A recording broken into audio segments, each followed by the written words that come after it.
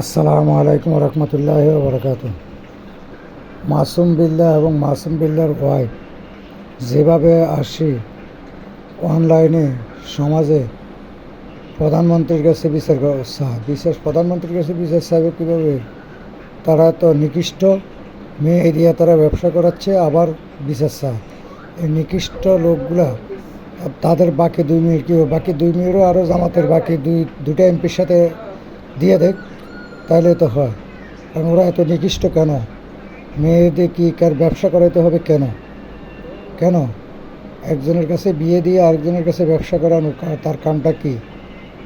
হ্যাঁ, ওরা নিকৃষ্ট ব্যবসায়ী। আর জামাতের এমপিদেরকেও বলতে চাই, যারা আমিরকে বলতে চাই, যারা সংযুক্ত আসনের নারী এমপি হয়েছে, তারাও কি এভাবে আপনাদের সাথে অবৈধ কাজ করে এমপি হয়েছে?